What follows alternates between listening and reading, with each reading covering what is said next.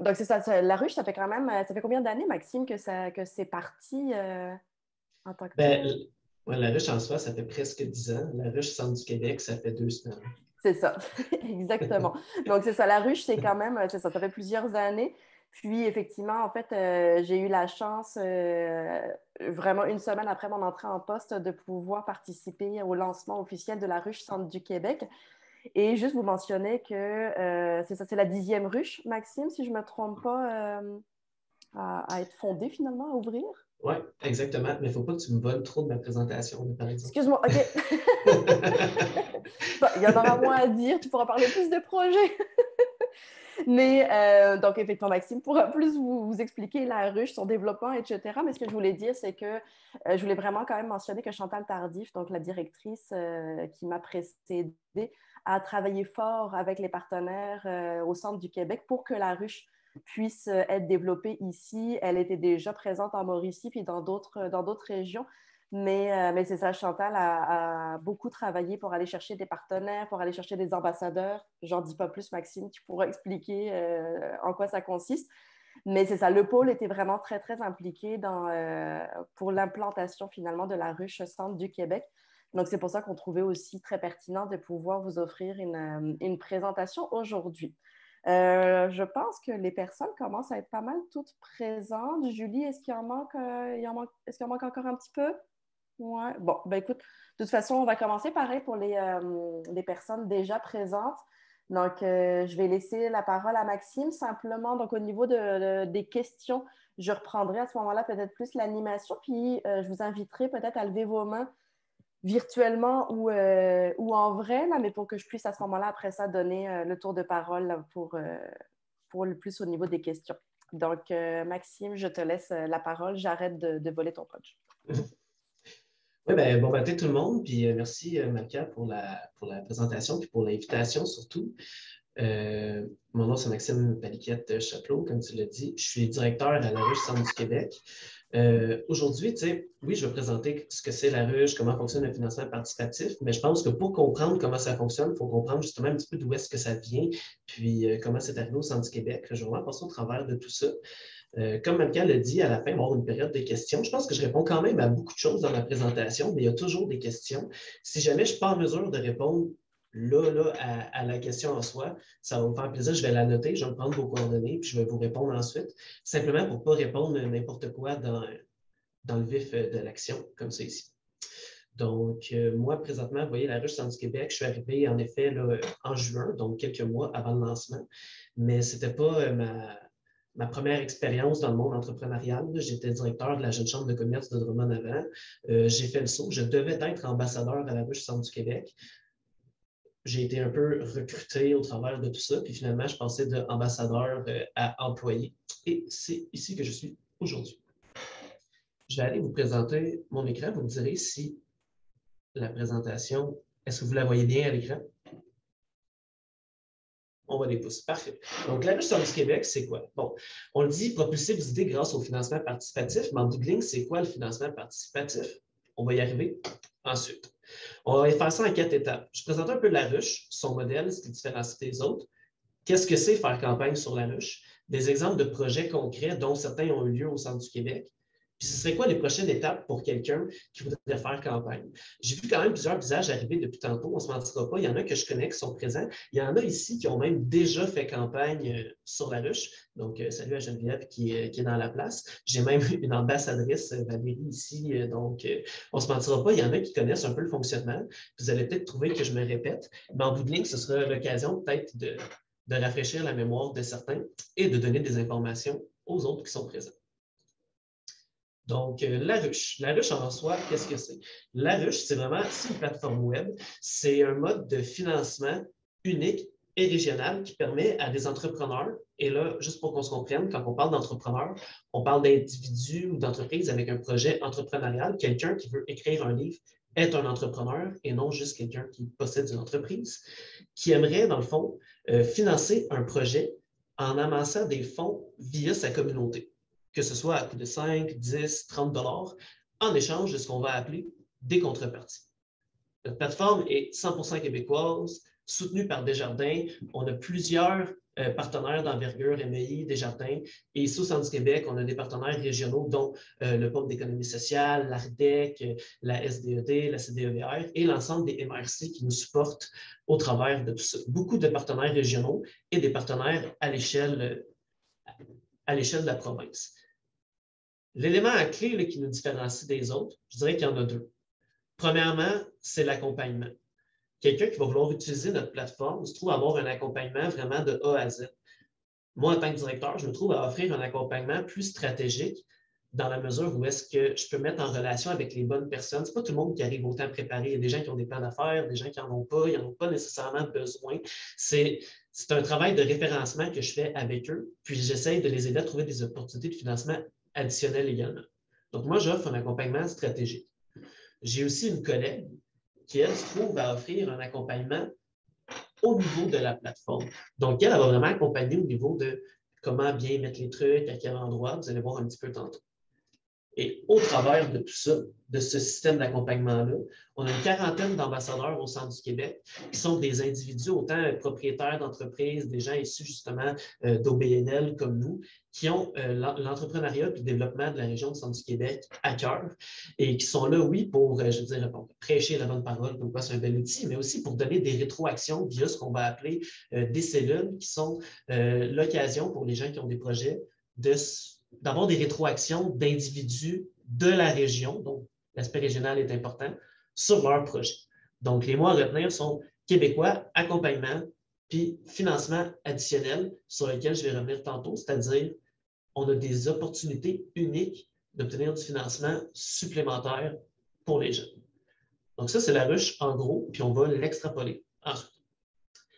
Donc, Malika m'a volé ça un petit peu tantôt, là, mais la présence de la ruche au Québec, ça n'a pas commencé au Centre du Québec. Le Centre du Québec, c'est la 10e région à s'établir.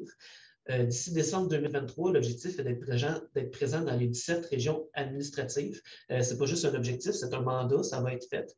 Donc, le Centre du Québec est la 10e. La ruche, c'est pour qui? Bon, je vais te dire un peu, ça peut être autant individus, entreprises, organismes. L'important, c'est que le projet ait une empreinte sociale, économique, culturelle ou environnementale dans la région. En gros, si ton projet, c'est d'aller acheter des écouteurs en Chine et des revendre sur Internet, ton projet n'a pas tant sa place parce que ça n'aura pas d'impact au Centre du Québec. Donc, ça, c'est le genre de projet qui n'aura jamais lieu. On dit que ça convient à tous les stades d'une entreprise, démarrage, croissance, expansion, dites ça comme vous voulez, ou financement d'un projet ponctuel. Parce que, comme je disais tantôt, on parle d'entreprise, on parle d'organisme, mais ça pourrait aussi être un individu qui veut faire, par exemple, un événement unique et ponctuel et le financer via la plateforme. Donc, ça peut toucher beaucoup de personnes. Maintenant, pourquoi utiliser la ruche? Pourquoi utiliser la ruche comme modèle de financement? Bien, premièrement, c'est une formule qui est quand même très clé en main. Je vais vous la présenter tantôt. Formule clé en main qui permet de mobiliser sa communauté autour de son projet. Ça permet donc de voir si les gens veulent de votre produit. Ça permet de diversifier les sources de financement, non seulement via la population, mais grâce à des programmes de financement additionnels exclusifs à la ruche que je vais vous présenter. Ça permet de financer ponctuellement des projets ou puis de développer des compétences. Parce que, ce n'est pas tout le monde qui a la même aisance avec le web. Et pourtant, c'est tellement important dans le monde dans lequel on vit que ça permet de développer des compétences assez incroyables à ce niveau-là. Pour vous donner une idée, le Centre du Québec, si vous avez peut-être été voir un peu sur la ruche déjà, mais le Centre du Québec a pris, on va dire, naissance il y a 2 semaines, mais il y a déjà 15 projets qui ont été terminés au Centre du Québec. Ces projets-là peuvent avoir été de temps en temps accompagnés par la Mauricie pour une question de proximité ou accompagnés par ce qu'on appelait la ruche Labo, qui est toujours présente, qui est pour les régions du Québec qui n'ont pas présentement de ruche. Ils ont un accompagnement, mais on ne se mentira pas que ce n'est pas pareil que d'avoir une ruche régionale ouverte parce qu'il n'y a pas tout le référencement naturel qui vient avec l'accompagnement en région. Bon, on voit déjà qu'il y a des retombées assez impressionnantes qui ont eu lieu dans les 5 à 6 dernières années avec plus de 15 projets en ligne et 12 de réussis, juste au Centre du Québec. Donc, faire campagne sur la ruche. Je le disais un petit peu tantôt, le principe en soi est simple. C'est un échange de biens et de services entre ce qu'on appelle un promoteur et un contributeur. Le promoteur, c'est vous ou les gens à qui vous parlez. C'est la personne qui a un projet. Le contributeur, c'est la population. Donc, c'est un échange entre les deux. Il y a 4 éléments essentiels pour faire une belle campagne sur la ruche. Puis, on va les repasser, c'est-à-dire circonscrire son projet, avoir une structure de contrepartie claire et efficace. Donc, ça, c'est ce que vous allez offrir en retour de l'argent que vous demandez. Avoir une vidéo et en faire la promotion. Parce que je me plais toujours à dire, vous savez, la ruche, c'est un outil économique, ce n'est pas un centre commercial virtuel. Les gens ne viennent pas magasiner sur la plateforme. Les gens viennent encourager des projets qui ont été poussés au travers des médias sociaux et dans la communauté. Donc, la promotion est très importante. Ici, ce que vous voyez à l'écran, c'est un montage que j'ai fait d'un projet que vous pouvez déjà trouver en ligne. Je vais vous montrer à quoi ressemble une page de campagne lorsque vous allez sur le site. Pourquoi je vais vous montrer ça avant de rentrer dans les détails? Ça va vous permettre de visualiser ce qui s'en vient. Quand on regarde une page de campagne en tant qu'utilisateur, quand on va sur le site, ici, ce qu'on peut voir, c'est le montant en question qu'ils ont besoin pour réaliser leur projet. Et sur la barre de progression, on est en mesure d'observer tout au long de la campagne à quelle étape sont-ils rendus. Comme là, on peut voir qu'eux, ici, il restait 2 jours à leur campagne, puis ils avaient dépassé leur objectif de 215 $. Donc ça, toujours intéressant. Donc, ils vont devoir se fixer un objectif financier, c'est ce qu'on veut dire par circonscrire son projet. Quand on regarde en bas ici, c'est ça qu'on appelle des contreparties. Parce que il y a un terme que les gens utilisent, vous allez voir que les gens l'utilisent encore, même au sein de la ruche, quand ils l'utilisent, c'est-à-dire sociofinancement. Bon, sociofinancement, ça veut dire pour une cause sociale. On prend les GoFundMe de ce monde, c'est pour, disons, quelqu'un a passé au feu, il va aller faire un GoFundMe, les gens vont donner de l'argent, mais sans aucune attente en retour. Ici, on parle de projets à valeur entrepreneuriale, donc les gens s'attendent à recevoir quelque chose en retour. Ça peut être un simple merci, oui, bien entendu, mais ça peut aussi être des bénéfices matériels ou immatériels qu'on va présenter tantôt. C'est ce qu'on appelle des contreparties. Les contreparties, comme vous pouvez voir, ils ont un titre, ils vont avoir une description, ils vont également avoir le prix qui lui est associé. Et en cours de campagne, on est toujours en mesure d'observer combien de contributeurs contribuent par type de contrepartie. Donc, comme vous pouvez voir ici. Sur la page, vous pouvez voir aussi qu'une des choses qu'on voit le plus, c'est la vidéo. Parce qu'il y a des statistiques qui le prouvent. Oui, les gens vont aller lire l'information de votre page de campagne, mais ils vont toujours aller voir une vidéo en premier. Tu sais, les vidéos, c'est très révélateur. On rencontre l'individu en arrière du projet et on s'attache à l'individu. En s'attachant à l'individu, on s'attache au projet et on a toujours plus d'informations. Quand on parle de formule clé en main, toujours possible de partager la campagne directement à partir de boutons intégrés sur notre plateforme. Et quand on parlait de financement additionnel tantôt, ici, c'est un exemple que je vais pouvoir vous remontrer. Mais je disais qu'il y avait un objectif de 10 000 $ à atteindre via la vente de ces contributions. Mais on a un fonds qui s'appelle justement le fonds 1001 pour tout projet qui touche, disons, les jeunes. Donc, si votre projet touche les 15-29 ans et respecte certains critères, c'est possible, si vous êtes approuvé, d'aller doubler le montant d'argent récolté. Donc, dans ce cas-ci, c'est un projet de 10 000 $ et le Fonds 1001, avec le secrétariat à la jeunesse, ont donné une subvention de 10 000 $ additionnels. Honnêtement, le Fonds 1001, je pourrais faire une présentation de 30 minutes juste sur ce fonds-là. Je vais donc y revenir tantôt. Mais là, vous pouvez voir, ça, c'est une page de campagne, comme on la voit quand on arrive dessus. Qu'est-ce qu'on entend par un projet circonscrit? Je vais donner un exemple quand même précis. Je sais que dans les gens présents, il y en a qui sont plus des relayeurs d'informations, d'autres sont peut-être des utilisateurs potentiels, puis vous venez de plusieurs milieux différents. Donc, je n'aurais pas pu donner un exemple touchant tout le monde. Donc, je suis là avec un exemple qui touche tout le monde parce qu'on utilise toute la restauration. Fait que j'ai pris un restaurant. Donc, un projet circonscrit. Prenons par exemple, moi, je veux 30 000 $, j'ai besoin de 30 000 $ pour aménager une cuisine à air ouverte dans mon restaurant. Qu'est-ce que je sais? Bien, mon chef est reconnu, j'ai une clientèle régulière, je n'ai pas beaucoup d'abonnés sur mes réseaux sociaux. Ça va être un point à retravailler. Mais au travers de tout ça, moi, j'ai besoin de 30 000 $ pour aménager ma cuisine, mais il faut que je pense à quoi? Il faut que je pense à la réalisation de ma vidéo, la campagne, la communication, genre des impôts à payer, il y a des frais de repas, des frais de transaction. Moi, j'ai besoin de 30 000 $ dans mes poches. Donc, moi, je me dis, bon, ma vidéo, j'ai absorbé les frais parce qu'en bout de ligne, cette vidéo-là, je vais l'utiliser de manière générale dans ma campagne, donc je ne vais pas l'inclure, mais je dois inclure impôts, frais, tout ça. Fait que finalement, mon projet de 30 000, après avoir réfléchi à tout ça, pas juste de votre côté, on est là pour vous soutenir là-dedans, donc on vous fait réaliser tout ça à quoi vous devez penser. Mais après avoir pensé, c'est un projet de 35 000 que vous mettez en œuvre. Donc ça, c'est circonscrire son projet. C'est penser aux détails autres que juste le besoin financier que vous avez. On disait tantôt, c'est un échange, dans le fond, de biens et de services, ce qu'on appelle des contreparties. Donc, il y a 4 types de contreparties possibles. De la façon dont on le voit, c'est-à-dire il y a une prévente, payer avant de l'avoir. Donc, par exemple, quelqu'un qui dit, moi, justement, j'aimerais financer mon livre, ben, je pourrais prévendre mon livre. On a des contreparties matérielles, immatérielles. Donc, là, immatériel, c'est des expériences uniques. Je vais vous donner des exemples ensuite. Et symboliques, remerciements, reconnaissance, chose qui est, les gens aiment ça.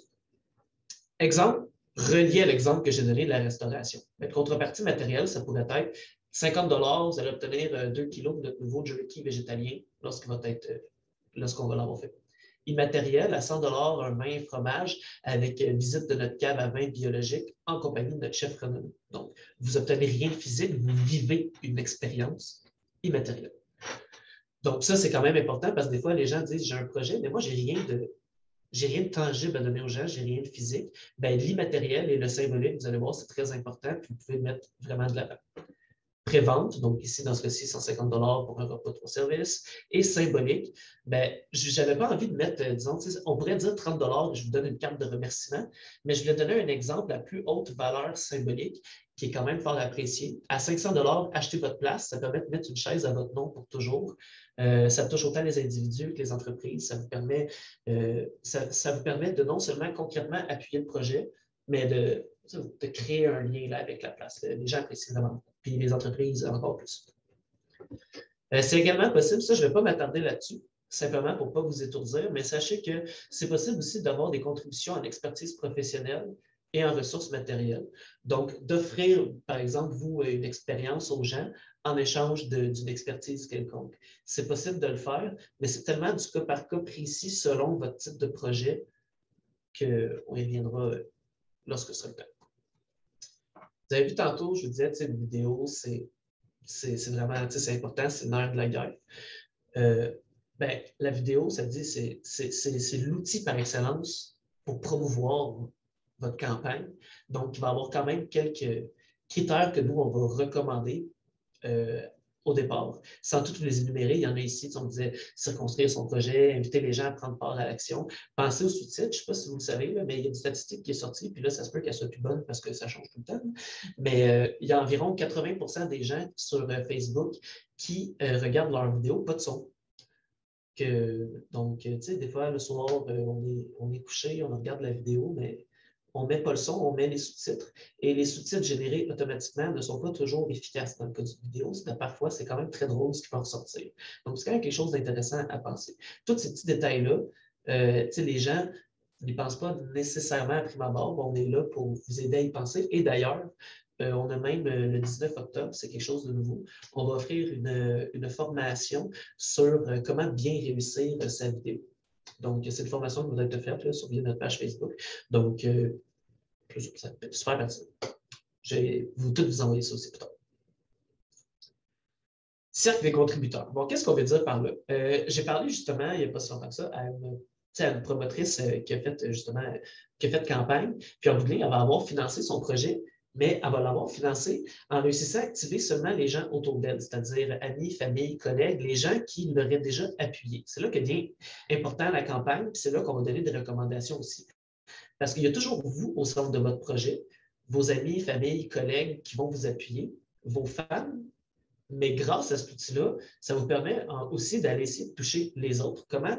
En activant votre réseau, les réseaux sociaux sont là pour vous aider. Puis, cette campagne-là, qui à la base est une campagne de financement, peut rapidement se transformer en campagne de marketing et devenir très virale, moyennant que vous l'utilisez de la bonne façon. Tu sais, lancer une campagne, à quoi ça ressemble? Ben, disons que votre page est terminée, oui, on pourrait juste la mettre en ligne, mais nous, on vous offre la possibilité, on peut même vous mettre en pré-campagne. Ce pré-campagne, en gros, c'est que pendant 7 jours, votre campagne n'est pas visible sur Internet. Vous pouvez justement l'envoyer, disons, à vos amis, famille, tu sais, les gens qui sont proches de vous, pour qu'ils contribuent à la campagne avant sa mise en ligne. Ce que ça fait, c'est que lorsque la mise en ligne va être faite, ça crée un boom on met la campagne en ligne, bien déjà à 30% de son objectif, les gens voient un engouement et cet engouement-là est contagieux. Donc, les gens vont avoir tendance, dans les 2 premières semaines, à plus aller appuyer le projet. En même temps, il y a toujours la peur du « je ne veux pas manquer, mais la contrepartie que j'ai envie d'avoir ».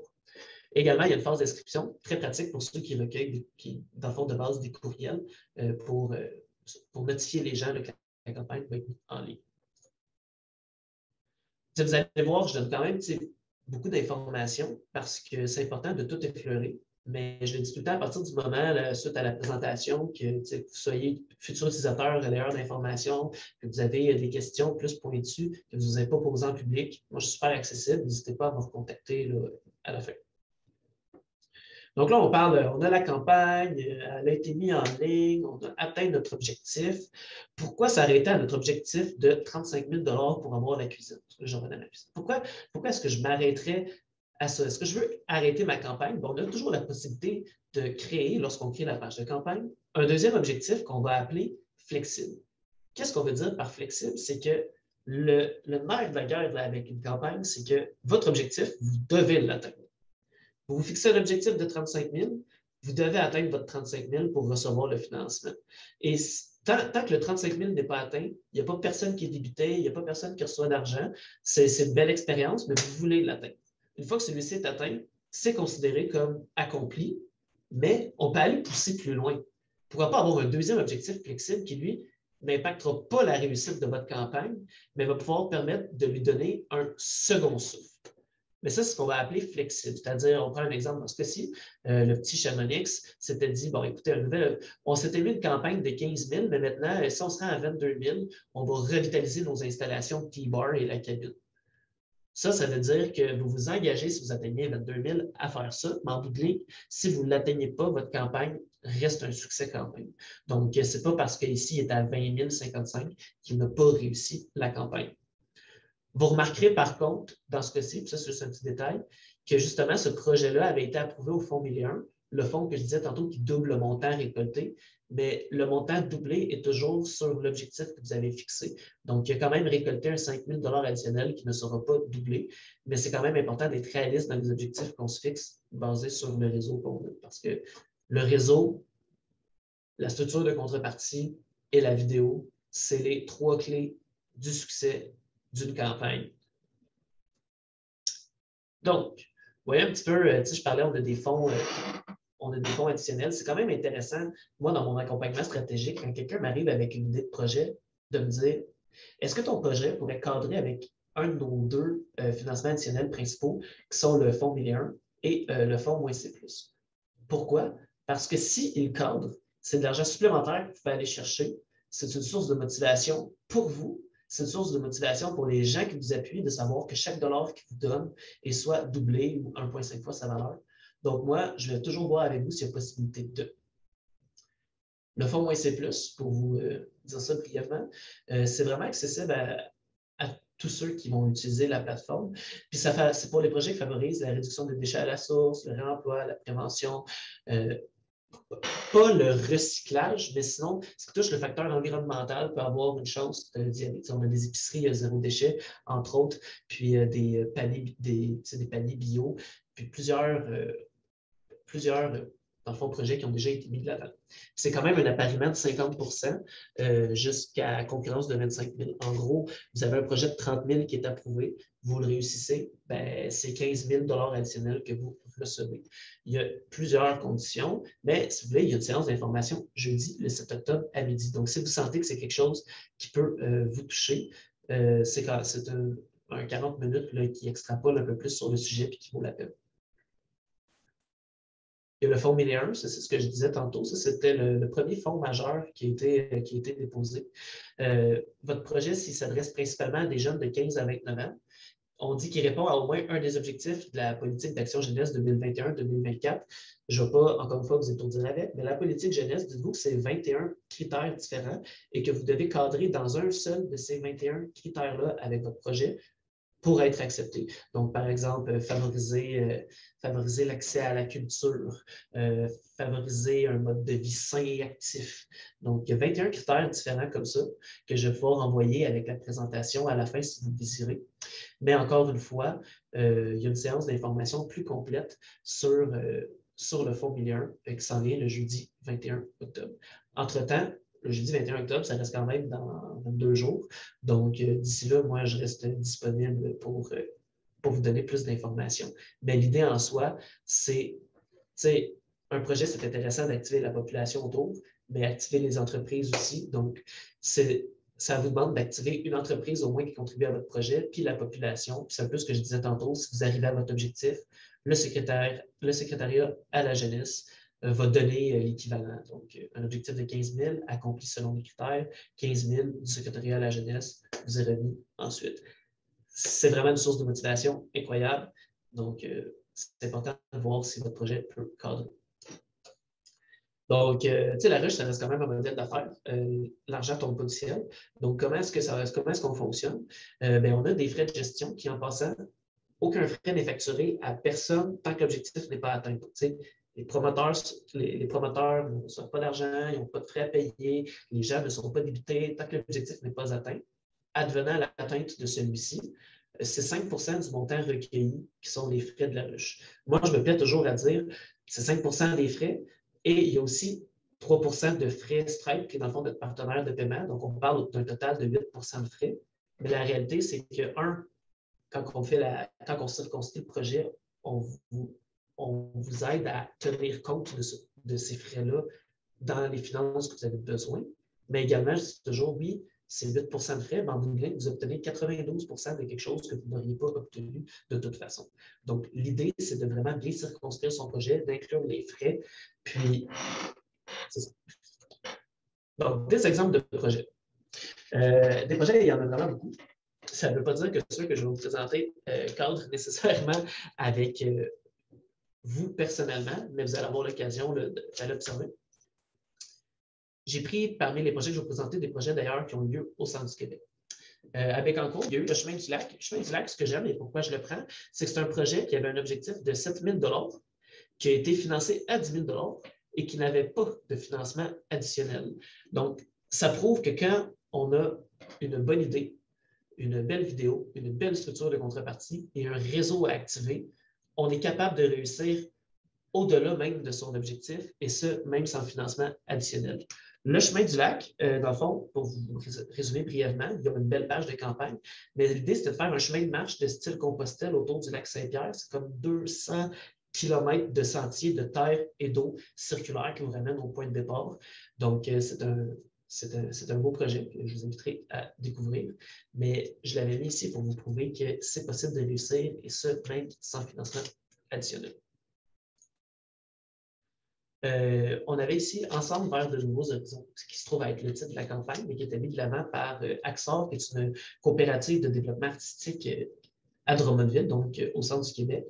Leur objectif, en pleine pandémie, comme vous pouvez voir, ça a été terminé le 6 juin 2021, c'était de pouvoir accélérer son développement d'outils numériques pour se moderniser.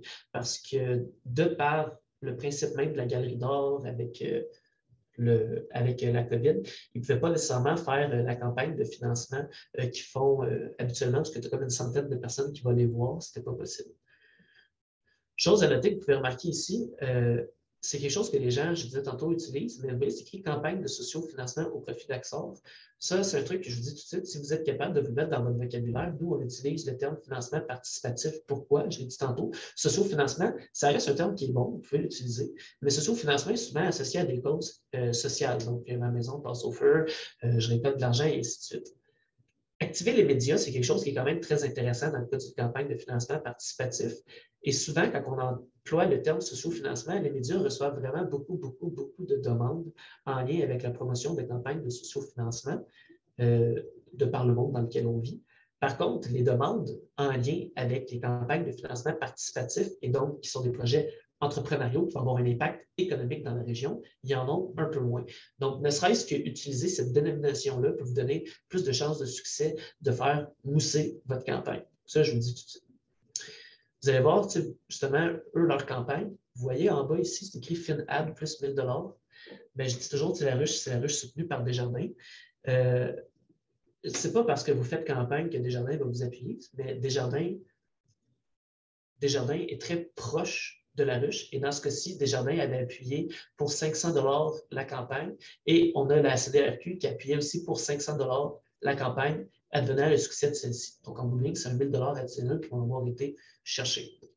On a des contacts à vous fournir, il y a des approches qu'on fait avec vous. Pour vrai, on est là pour vous au travers de tout ça, quand c'est possible de chercher du financement additionnel, comme je vous dis. Puis, j'ai un troisième projet à vous montrer qui n'était pas au centre du Québec, mais qui n'était pas très loin, c'était à Trois-Rivières, c'est le Café Tuk-Tuk. Pourquoi j'ai choisi celui-là parmi tous les projets qui sont disponibles? C'est quand j'ai demandé à mes autres collègues de m'en donner un, étant donné que je suis là depuis juste 3 mois, ben, c'est celui-là qu'ils m'ont donné. Fait que le voici. Le Café Tuk-Tuk qui se démarque quand même des deux autres, donc ça permet d'avoir 3 projets totalement différents. Leur idée, à la base, c'était un projet ludique. Donc, ça devait être un projet de fun dans lequel ils voulaient reprendre un tuk-tuk qui c'était comme des taxis 3 roues d'Asie, comme vous pouvez voir un petit peu sur l'image, puis d'en faire un café mobile. Donc, autant de pouvoir livrer du café que d'aller offrir des pauses aux travailleurs. Et c'était très ludique comme projet pour leur coopérative. Mais en bout de ligne, en pleine pandémie, leur projet qui devait être ludique s'est transformé un petit peu en relance économique. Puis, ils se sont servis de ça pour financer, dans le fond, le tuk-tuk, pour financer là, le café, l'idée en arrière de ça, puis également pour s'équiper de vélos, parce qu'ils vont, dans le fond, dans leur idée, aussi, ils voulaient embaucher des ados pour favoriser, mettons, leur insertion au travail comme premier emploi pour être camelot à vélo pour aller livrer du café avec le tuk-tuk. Donc, c'est un projet qui était quand même intéressant, 3 projets vraiment diversifiés, 2 issus de coopératives, puis ça. Donc, ça, c'est 3 projets à succès. Je peux vous présenter leur page tantôt, ça va me faire plaisir. Présentement, au Centre du Québec, si vous allez sur laruchequebec.com puis vous allez au Centre du Québec, on parle d'économie sociale, donc je trouvais quand même important de vous montrer que le projet en ligne, il y en a d'autres qui s'en viennent dans les prochaines semaines, c'est le cœur de Sainte-Clotilde, à Sainte-Clotilde-Dorton. Ils ont l'idée, dans le fond, de prendre l'église et d'en faire une salle de spectacle, ils vont donner des ateliers, conférences, tout ça. Je vous inviterai à aller regarder la vidéo. C'est une vidéo de 4 minutes. En passant, vous avez peut-être vu tantôt, on recommande des vidéos de 1 minute 30 à 2 minutes pour ne pas épuiser les gens. Mais certaines fois, les projets demandent des vidéos de un peu plus de temps. Et tant que ça reste pertinent et intéressant, les gens vont la regarder jusqu'à la fin. Projet de 100 000 donc projet de haute envergure, approuvé au Fonds Milliard, étant donné son volet culturel et la clientèle ciblée. Donc, ça permet de montrer, comme là, les 3 projets qu'on a vus avant, c'était des projets de 15 000 et moins. Ici, on parle d'un projet de 100 000.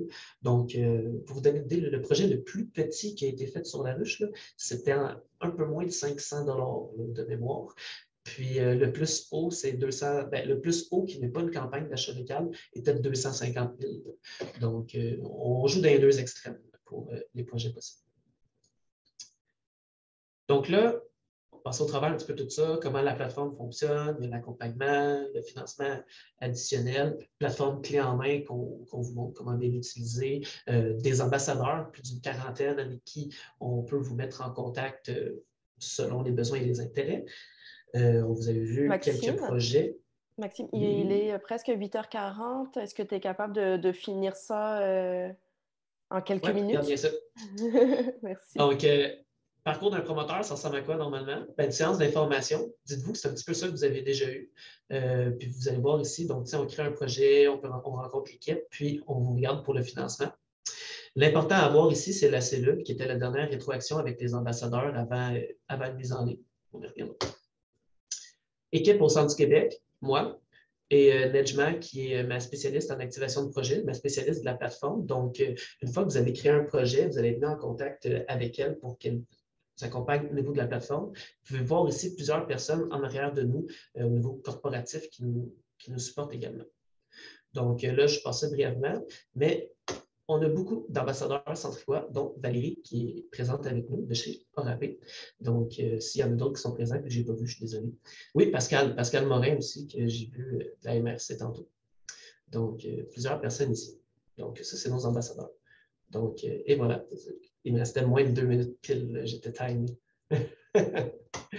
Donc, ça, c'est la présentation en soi. Beaucoup d'informations. Ce que j'aurais aimé ça vous montrer, les projets, les pages, mais en bout de ligne, je ne pense pas que ce soit nécessaire. Je vais tout vous les partager. Puis là, je suis disponible pour vous. Questions, tout ça. Oui. Puis peut-être aussi pour les personnes, là, effectivement, c'est beaucoup d'informations. Tu l'as nommé, Maxime, mais je pense que tu es disponible aussi pour répondre peut-être aux questions plus spécifiques, oui, aujourd'hui, mais même dans un cadre plus individuel, mettons, aux besoins. Nous, on vous partagera par la suite. Maxime, je ne sais pas si c'était possible pour toi de nous envoyer ta présentation.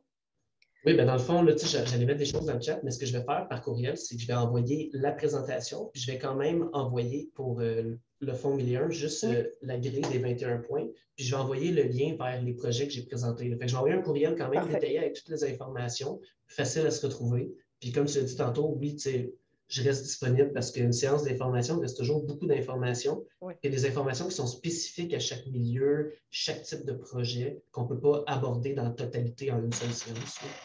Non, c'est ça, exactement, exactement. Donc, nous, on pourra vous transmettre à ce moment-là toutes ces informations-là. Maxime, si tu veux aussi intégrer dans ton courriel les dates et heures des séances d'information sur les fonds moins C+, puis 1001, peut-être l'intégrer aussi, puis avec le lien d'inscription, là, si les personnes aussi veulent participer à ces séances-là, on Oui, pourra bien vous le sûr, transmettre. je vais mettre le lien aussi vers notre première formation pour ceux qui veulent faire pour les vidéos, parce que Oui, c'est parfait. vraiment une formation qui est propre à la ruche, là, sur Oui, c'est ça. les Parfait. vidéos rushiennes. Super. Puis j'en profite aussi, avant de passer aux questions, juste vous dire dans le courriel de suivi finalement qu'on va vous envoyer, il y aura un petit sondage concernant l'animation de ce matin. Donc, n'hésitez pas aussi à nous le renvoyer. Nous, ça nous permet aussi de pouvoir vous voir si c'est des choses qui sont intéressantes, puis voir s'il y a des choses qu'on peut faire différemment là, pour d'autres présentations. Donc, je vous laisse maintenant la parole. Donc, si vous avez des questions pour Maxime, n'hésitez pas, comme je vous disais tantôt, si c'est possible pour vous, juste de lever la main pour avoir les tours de parole. Donc, allez-y.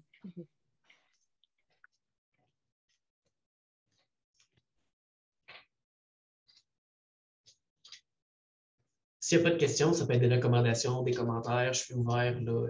Vous allez voir, tout ça, vous avez eu accès à une présentation qui a été un petit peu revampée. Donc, c'était la première fois qu'on la présentait dans cet état-là. Oui, puis s'il n'y a pas de questions, au pire, les pages des projets que tu voulais présenter, Maxime, on pourrait regarder ça. Là, si effectivement personne n'a rien à dire, Ben là, il y a on peut Geneviève aller qui plus a en quelque chose à détail. dire. Mais OK, parfait. Oui, effectivement, merci, Maxime. Allez, vas-y, Geneviève. Ben, en fait, avec la ruche, moi, je me demandais, est-ce qu'il y a un niveau d'objectif qui est qui est plus recommandé parce que, on a vu des objectifs de 20, 30 000, tout ça, mais quand on parle juste de notre réseau, je trouve pas toujours ça évident, en fait, d'établir, OK, qu'est-ce qui est réaliste comme... Mais c'est vraiment une bonne question. Puis, il y a deux façons de voir ça. Oui, il faut voir le réalisme de c'est quelle est la capacité que j'ai à activer mon réseau.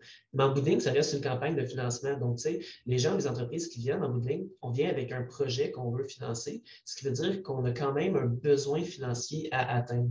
Donc, il faut y aller, oui, avec un objectif réaliste par rapport à son réseau, mais réaliste par rapport à son projet. Si tu as besoin de 10 000 pour faire ton projet, et que, selon toi, ton réseau te permet uniquement d'aller chercher 5 000, il y a quelque chose qui ne va pas fonctionner là. Il va falloir que tu travailles sur ta campagne marketing. Donc, est-ce qu'il y a un montant idéal? Dépend vraiment du produit à mettre de l'avant, du besoin financier que tu vas avoir et du réseau de proximité que tu as. Il n'y a pas de montant idéal de manière globale. Ça va vraiment être du cas par cas dans nos rencontres en fonction, justement, on essaie de savoir quel est ton réseau. Est-ce que tu as du pré-démarchage qui a été fait? Il y a des gens qui viennent pour faire campagne, puis la moitié va déjà être prévendue en dedans de 2 jours. Donc, c'est une question qui ne se répond pas en termes de chiffres, mais justement, qui rentre dans l'accompagnement qu'on offre, de bien évaluer ce qui est réaliste. Il y a un détail aussi qui est important dans ce que tu me dis, justement, c'est que, disons qu'on a du financement additionnel, ça devient encore plus important d'avoir un objectif réaliste parce que on veut que le montant soit doublé en fonction de nos besoins. Donc, ça devient le stress du est-ce que je mets 10 000 ou je mets 20 000, mais si je mets 20 000 puis je le finance, bien, je reçois 20 000. Si je mets 10 000 puis je le finance, je reçois 10 000. Mais s'il n'y a pas de financement additionnel, il y a possibilité de mettre, disons, la barre une coche en dessous et à la place de se fixer un deuxième objectif. Donc, c'est là que, encore une fois, vient le cas par cas et l'accompagnement.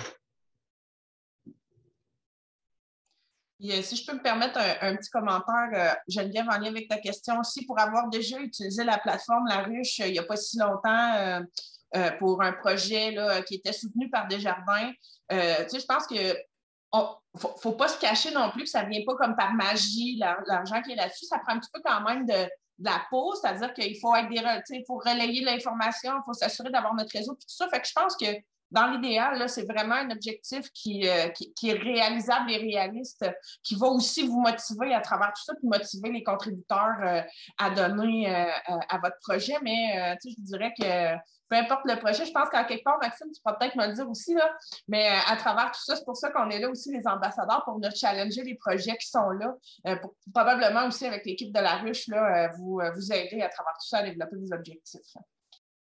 Oui, tu as totalement raison. Puis la communication, c'est le nerf de la guerre là, suite à la campagne. Puis, c'est pas tout le monde qui ont cette même aisance-là. Donc, on fournit un lexique à utiliser, qui est une bonne chose. Là. Justement, on élimine le mot socio-financement de dedans.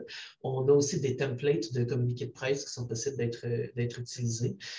Plusieurs outils là, de communication, une liste média et ainsi de suite, pour être capable d'aller mousser au-delà de son réseau de proximité sans que ce soit nous qui le fasse à la place. Donc, quand tu as dit que ça prend un petit peu de peau, je dirais qu'en réalité, ça prend beaucoup de peau. Hein. Ça reste une campagne de financement. Fait que oui, il y a des gens qui vont vous appuyer parce qu'ils vous aiment, parce qu'ils connaissent l'entreprise, puis parce que c'est ton frère.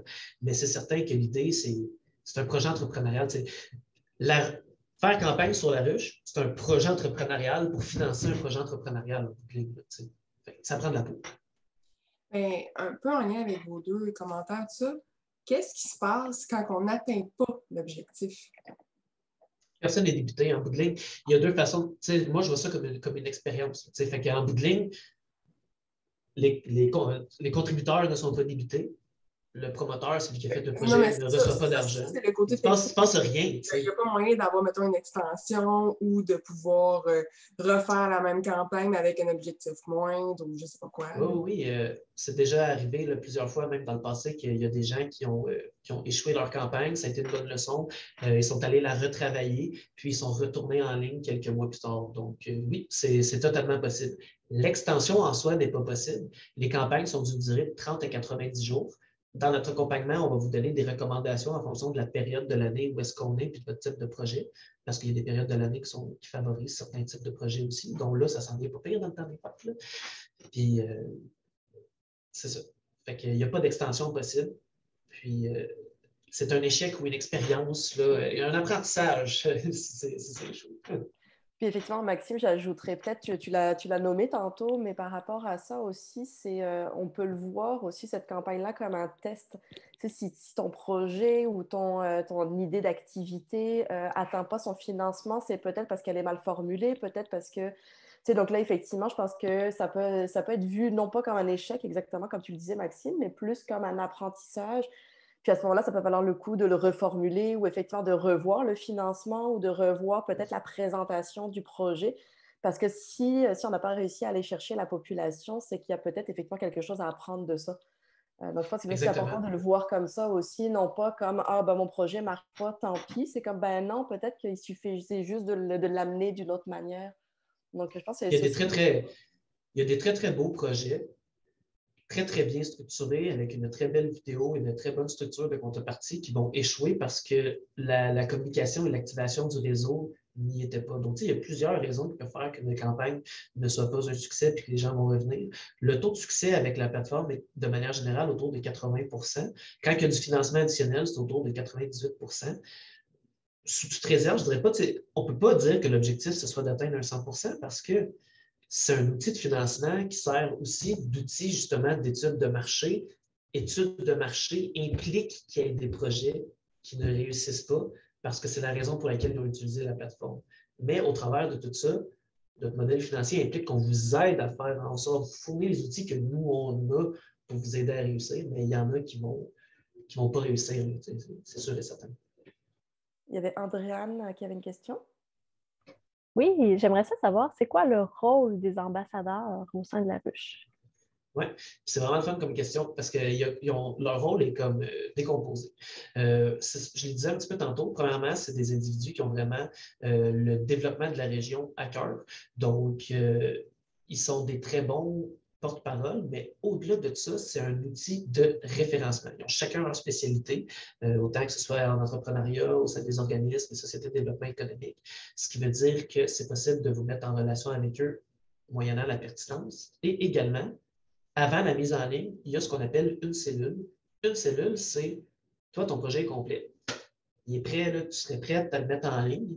Mais moi, je te propose une dernière rétroaction, un dernier pas de recul, et on prend un 40 minutes avec des ambassadeurs de la région que j'invite. Habituellement, on dit 6 à 8 ambassadeurs. Et tu vas avoir l'occasion de présenter ta page de campagne, donc la vidéo, ta structure de contrepartie, de la même façon que le contributeur va avoir l'occasion de la voir une fois qu'elle est mise en ligne. Et ces ambassadeurs-là vont pouvoir te donner des rétroactions sur appréciation, modification, qu'est-ce qu'ils ont peut-être moins bien compris dans la vidéo, dans le message qui est ressorti. Et au travers de ces rétroactions-là, il y a des maillages naturels qui peuvent se créer, mais aussi beaucoup, beaucoup d'outils à prendre pour peut-être justement faire une dernière révision avant la mise en ligne. Puis ça, c'est un rôle vraiment important parce que nous, on accompagne les gens. Ça peut prendre longtemps. Il y a des gens qui arrivent avec un projet, ça peut prendre 5 semaines d'accompagnement, sont mis en ligne, mais il y a des projets que ça fait 8, 10 mois, qui sont encore en accompagnement parce qu'il y avait plus de travail à faire et qu'on les a référés à plus de gens. Puis quand ça fait des mois que c'est les mêmes personnes qui te donnent des rétroactions, c'est ultra pertinent d'avoir des gens du milieu, du centre du Québec, impliqués, qui te donnent des rétroactions que tu n'as jamais eues.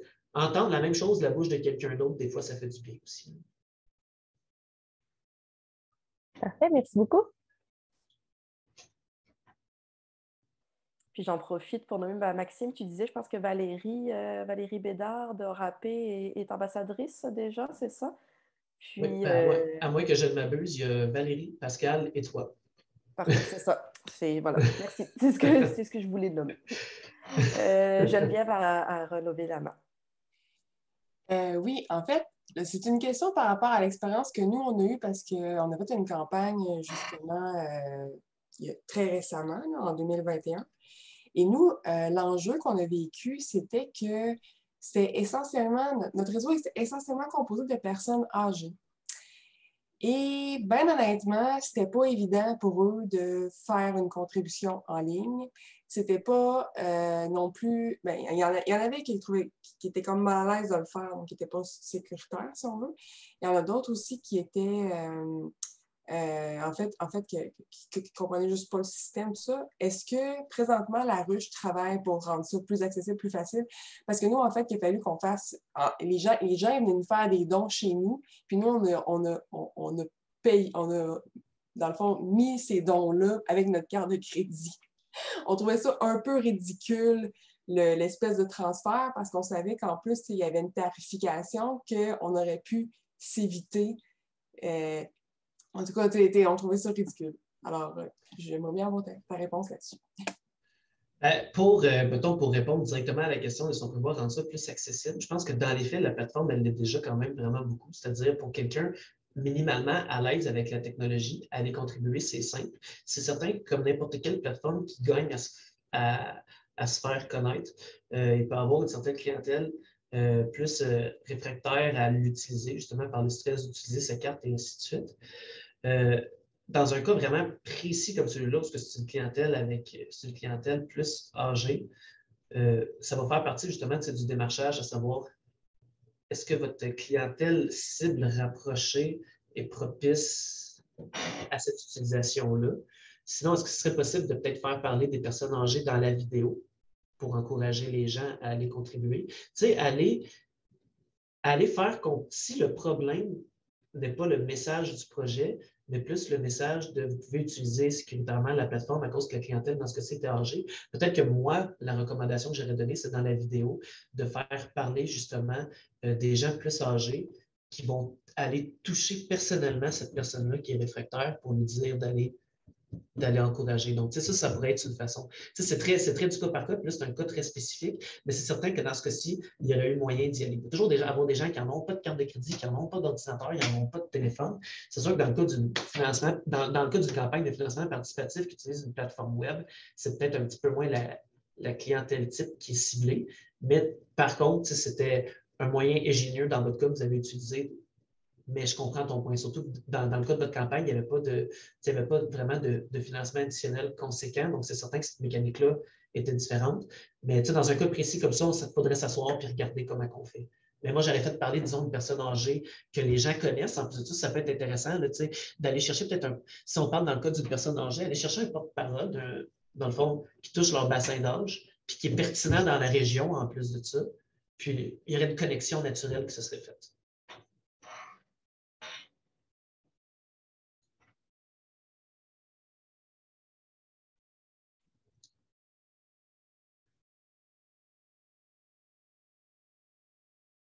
Je veux dire comme ça, bonne journée à tout le monde. Je vois des gens partir, j'ai pas le temps. Oui, c'est ça. Est-ce que les quelques personnes restantes, aviez-vous d'autres questions, d'autres interrogations, commentaires pour Maxime? Il est moins 5, donc on peut aussi se permettre de clore la discussion ici. Effectivement, les gens, je pense, partent tranquillement. On a tous nos journées qui arrivent. Donc, merci encore de l'invitation, je veux dire. Ça va tout le monde partout. Merci à toi, Maxime, encore d'invitation. de ta disponibilité et de ta présentation. Je pense que unanimement, ça a été pertinent et intéressant pour tout le monde. Je le répète, on va envoyer les documents. Là, Maxime, on va communiquer là, pour que tu puisses me transmettre, même si tu as d'autres informations qui te semblent pertinentes à transmettre. On va toutes vous envoyer ça, là, Julie, de mon équipe, à toutes vos informations. Donc, on va pouvoir communiquer avec vous. Puis vous redonnez ça, puis vous donnez les coordonnées de Maxime aussi, évidemment, là, si vous avez des questions vraiment plus particulières à lui offrir. Donc, merci beaucoup, Maxime, pour ta présentation très succincte. Et puis, merci à vous d'avoir participé. Donc, je vous souhaite à tous et toutes une très belle journée, puis au plaisir de vous revoir ou de vous rencontrer prochainement.